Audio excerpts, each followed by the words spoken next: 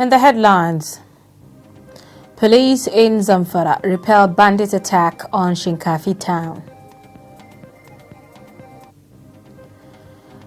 Police confirm kidnap of 2 people in Abuja on Friday. Customs dismiss arms importation allegation.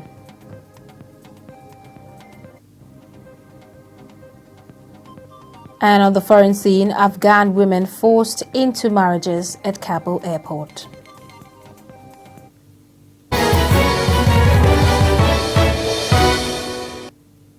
Hello and welcome to Trust TV News Update. I am Zainab Bella. For more news, follow us across all our social media platforms.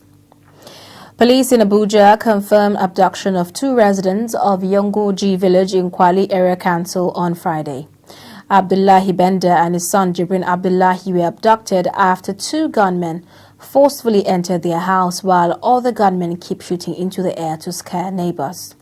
Federal Capital Territory Police spokesman ASP Dana Ndaparia said the command is making effort to rescue the victims alive.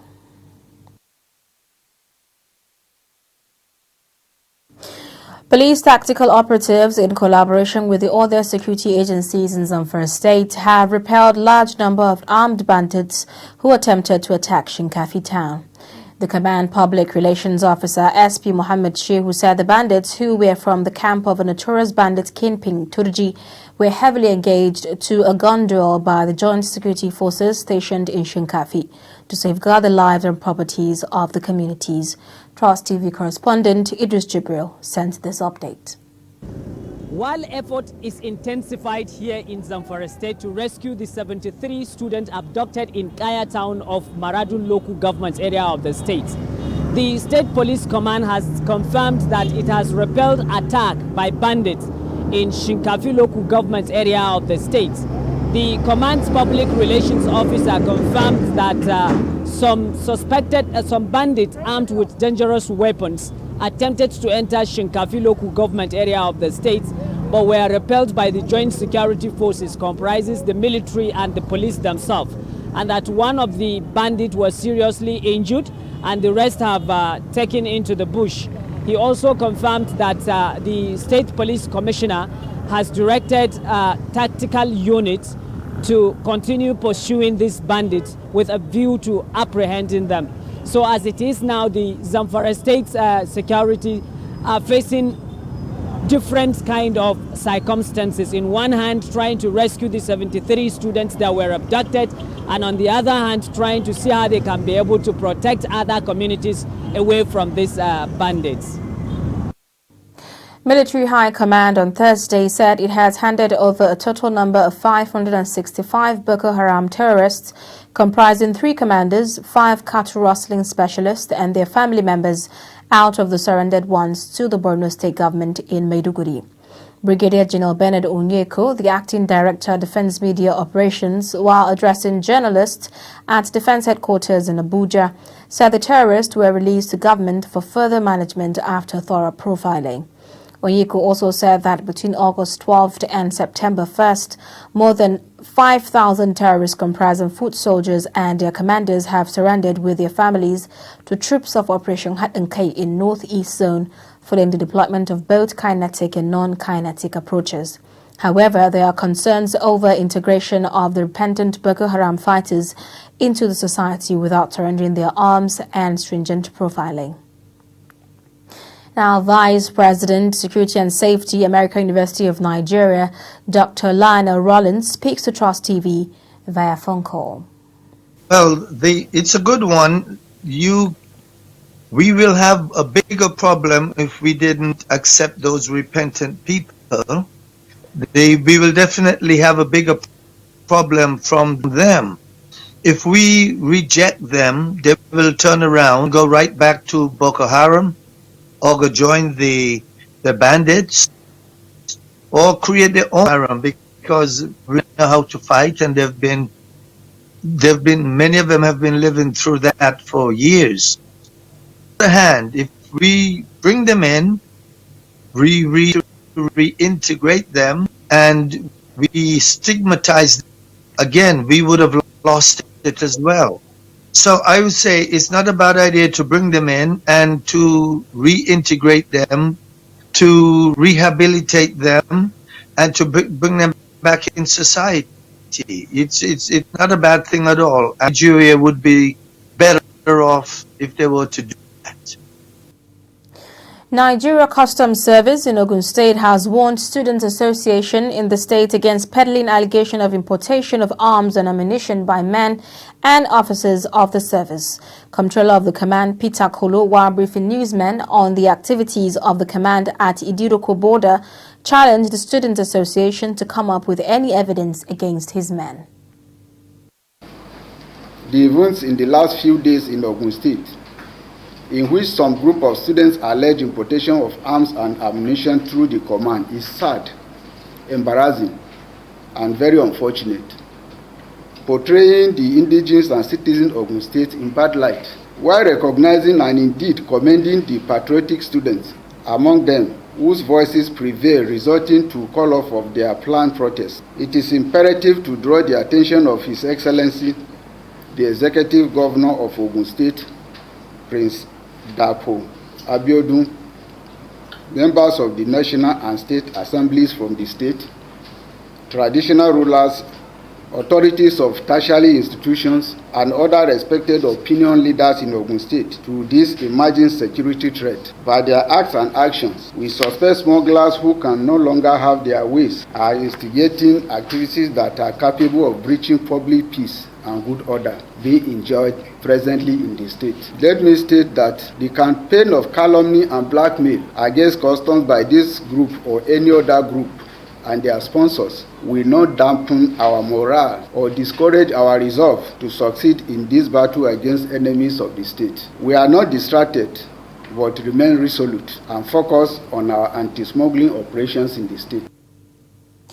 Economic and Financial Crimes Commission EFCC says at least 402 suspected internet fraud syndicates have been arrested in Lekki, the fast-developing upper-middle-class area of Lagos metropolis. The anti-graft agency, in a statement in Abuja on Friday by its spokesman Boston Owujare, said the area is now the hotbed of cybercrime in the country. Owujare explained that data from the investigation activities of the Lagos Command of the Commission for the second quarter of 2021 indicates that Lekki district is the preferred location for all manner of cyber fraud syndicates. Corporate Affairs Commission has begun moves to grant the Code of Conduct Bureau access to its database to probe fraudulent companies. Registrar General of the Commission, Garba Abubakar, said this when the CCB Chairman, Professor Muhammad Isa, paid him a courtesy visit at the Commission's headquarters in Abuja. Abubakar said in view of CAC's strategic collaboration with other anti-corruption agencies like the EFCC, ICPC and Interpol, the Commission had established a dedicated unit to expeditiously handle requests for information and other services. The registrar added that any member of the public could conduct what he called a first-level check on the status of any company on the CAC website through the public search window at no cost. You're also watching Trust TV News Update, coming up after the break. Respite for IDPs in Borno. Stay with us. Hello and welcome to Showcase. On Showcase, we are going to be delving into the lives of emerging entrepreneurs across the country. My calligraphy is Arabic calligraphy. I had written the Quran, the complete Quran, before reaching the age of 12. From professionals to artisans and even social media influencers, I am going to be taking you on a journey to show you the beautiful, the motivational and the resilient nature of Nigerian entrepreneurs who continue to thrive irrespective of the challenges they face in the country. Showcase, coming soon on Trust TV.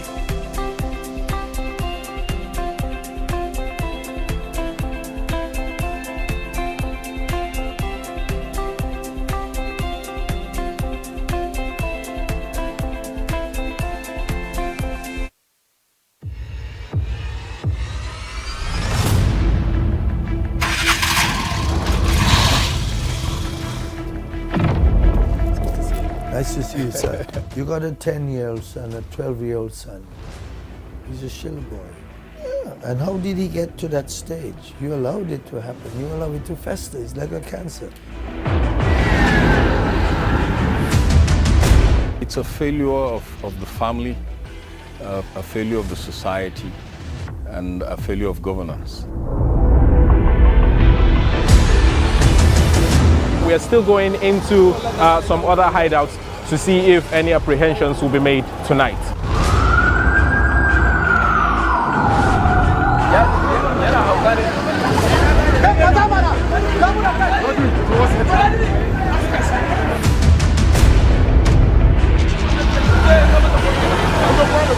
To operate within the context of the law with much respect to human rights.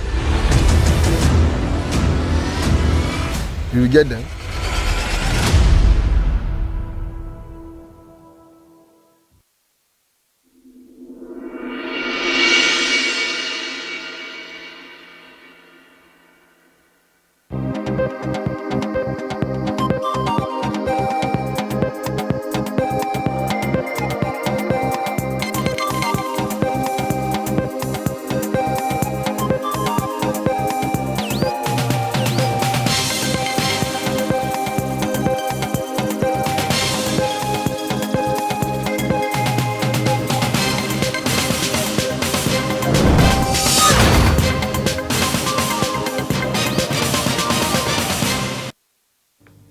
Welcome back. Thank you so much for staying with us. You're still watching Trust TV News Update and top stories.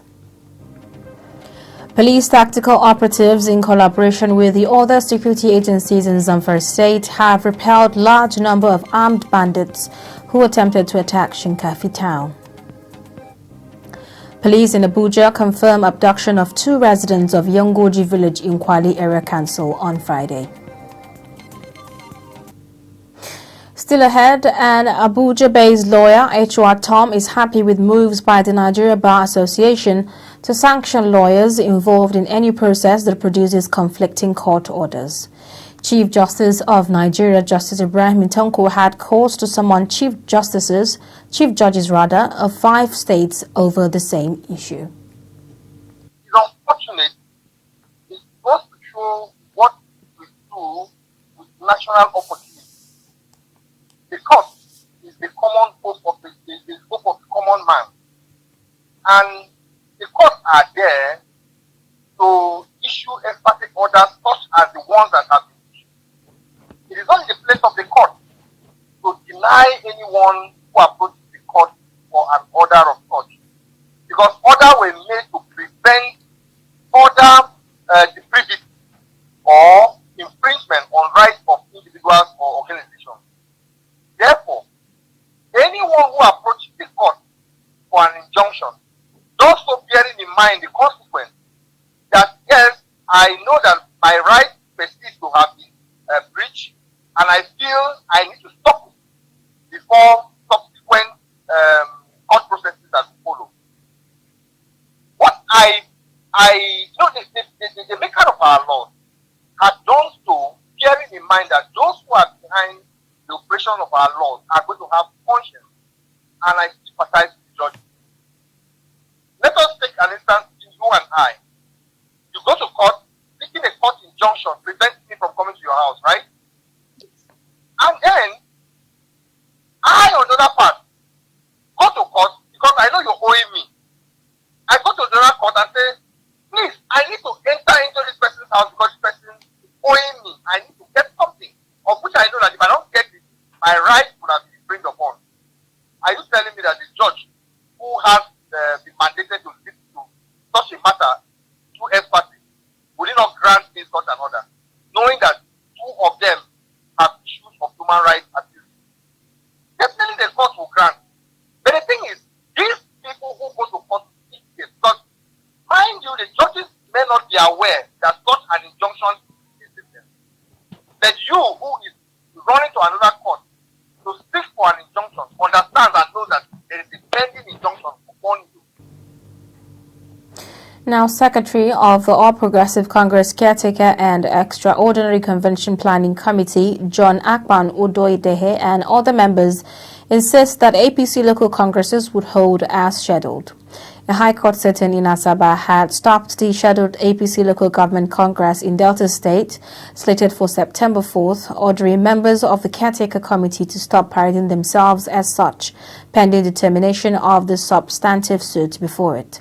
The Secretary, however, on Thursday in Abuja inaugurated committees for the congresses, though Yobe State Governor Malabuni stayed away from the event. Attempts to get reaction from the party media officer Salisu Ambata were not successful.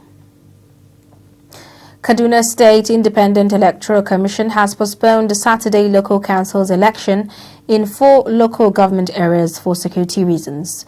A statement signed by the chairman of the commission, Sarah Tidiko, said it is practically not safe to conduct peaceful elections in Birnungwari, Chikum, Kajuru and Zongon-Katav local government areas. Election in these areas, the statement said, will hold on 25th September when security deployment to the affected areas is assured. In the meantime, police in Kaduna State announced restriction of movement within the state from Friday midnight to Saturday 6 p.m. The order is contained in a statement by the Public Relations ASP Mohammed Jaligay. Candidates and political parties contesting in the forthcoming local council's election in Kaduna State have signed peace accord to see to the conduct of a violence-free election. Trust TV correspondent Fatima Lada reports that police command in the state facilitate signing of the agreement. It's a countdown to the local council's election in Kaduna, expected to hold in all the 23 local government areas of the state. Over the years, it has become a tradition in the state for stakeholders, political party leaders and the aspirants to sign peaceful accord in order to ensure free, fair and peaceful election. As part of efforts in ensuring this year's council election is peaceful with the security challenges bedeviling the state, the police command organized a peace accord stating that all preparations have been made for the safe conduct of the election. We have made deployment of over 11,000 personnel that will ensure hitch-free exercise, as SECOM will attest to the deployment made by the command during ad hoc staff training session and the coverage of the campaign rallies from all political parties, since there is no report of any breakdown of law and order across the 23 local government areas and wards in the state. We are ready to go into the election properly, prepared to safeguard lives and properties of all citizens before, during and after the election.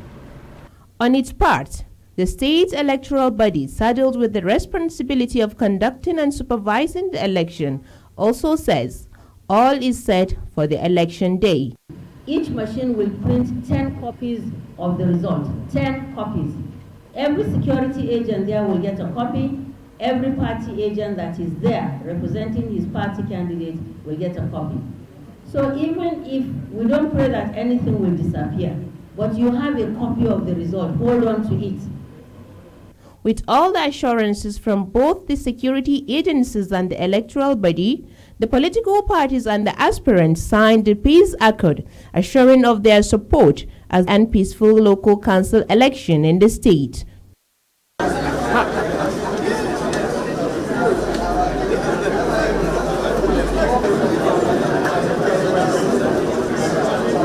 Signing of the peace accord is a signal to many that stakeholders are ready for a peaceful election.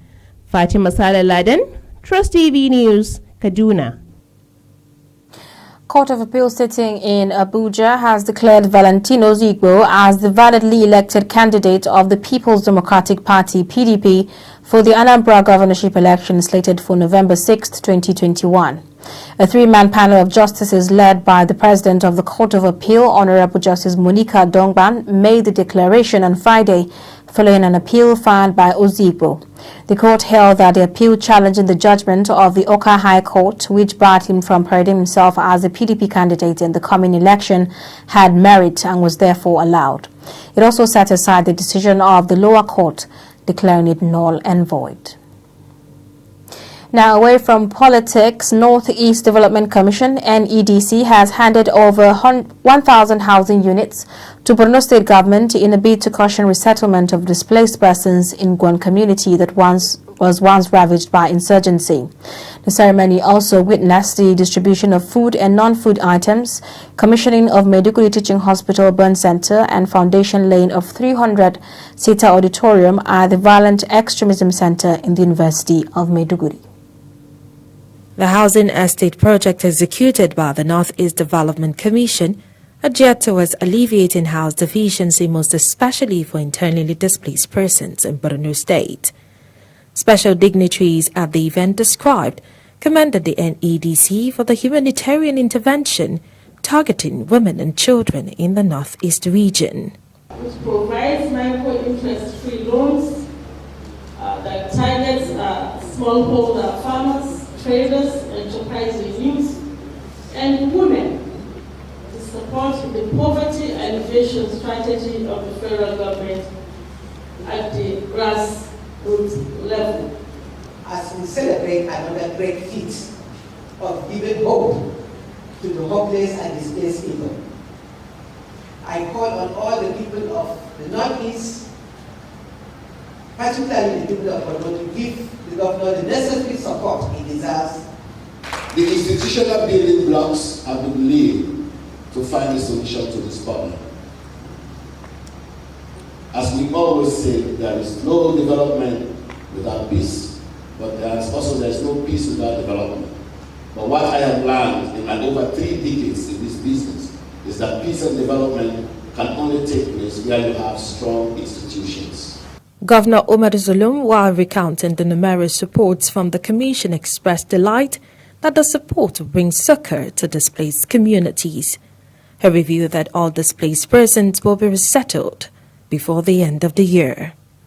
It is evident that the timing of this occasion is quite appropriate. The Borno State government is working assiduously to resettle all internally displaced persons back to their ancestral homes before the end of this year, especially those that are living in the Metropolitan Council. It was resolved that the Commission undertakes the construction of the first 1,000 houses from its own resources and fund equipment for technical and vocational skill centers around the state at an estimated cost of 2 billion naira. Startup packs were presented to Batch B graduates of NEDC ICT training program. The governor and the ministers proceeded to Ungwan 1,000 housing units, where it was presented to the state government and handed over to beneficiaries. Relief materials distributed to the IDPs include 2,000 bags of rice, cartons of spaghetti, vegetable oil, among others. They also commissioned the Burn Center at the University of Maiduguri Teaching Hospital and laid foundation for the construction of 300-seater auditorium for Violent Extremism Study Center in University of Maiduguri. And on the foreign scene, U.S. officials processing Afghan refugees abroad recently alerted the State Department to instances in which women and girls were forced into marriage or arrived with male partners posing as their husbands to be eligible for evacuation and escape the Taliban. The incidents, described by sources to CNN, were revealed while Afghans were at a transit hub abroad. They underscore the desperation among Afghans to flee the country after the Taliban takeover and the fear of what their rule might mean for women and girls. It is unclear how widespread the issue is, but it prompted enough concern for U.S. diplomats in the United Arab Emirates to send a cable. An epidemic of cholera that has struck 6 regions in southern Niger has claimed 104 lives, the health ministry said on Friday.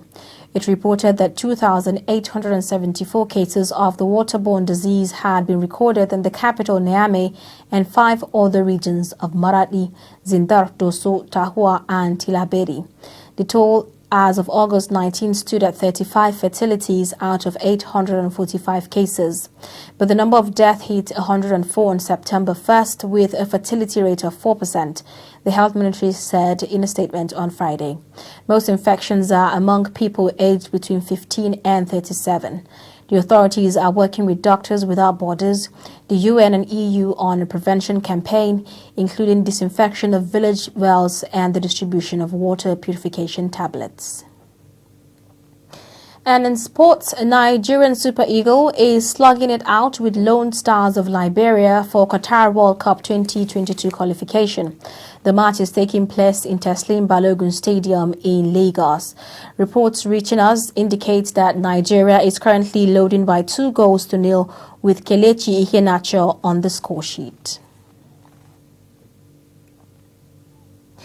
Minister of Youth and Sports Development Sunday Dare has praised Nigeria's contingent to the ongoing Paralympic Games in Tokyo, Japan.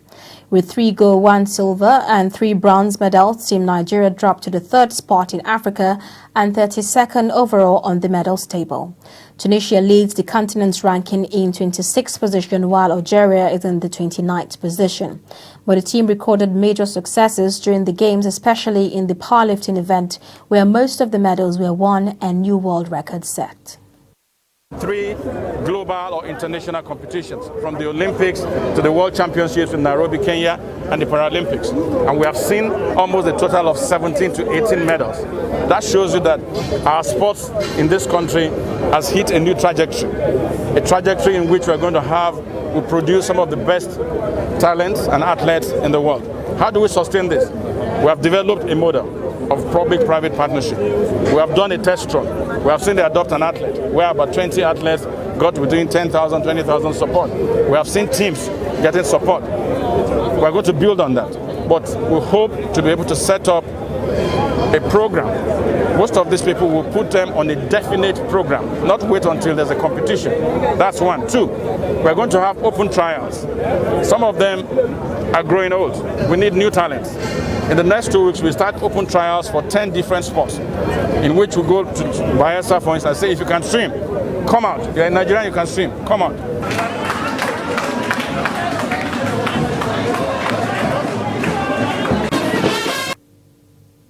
Well, that's it on News Updates. Don't forget to follow us across all our social media platforms. I'm Zainab Bala. Thanks for your time and company.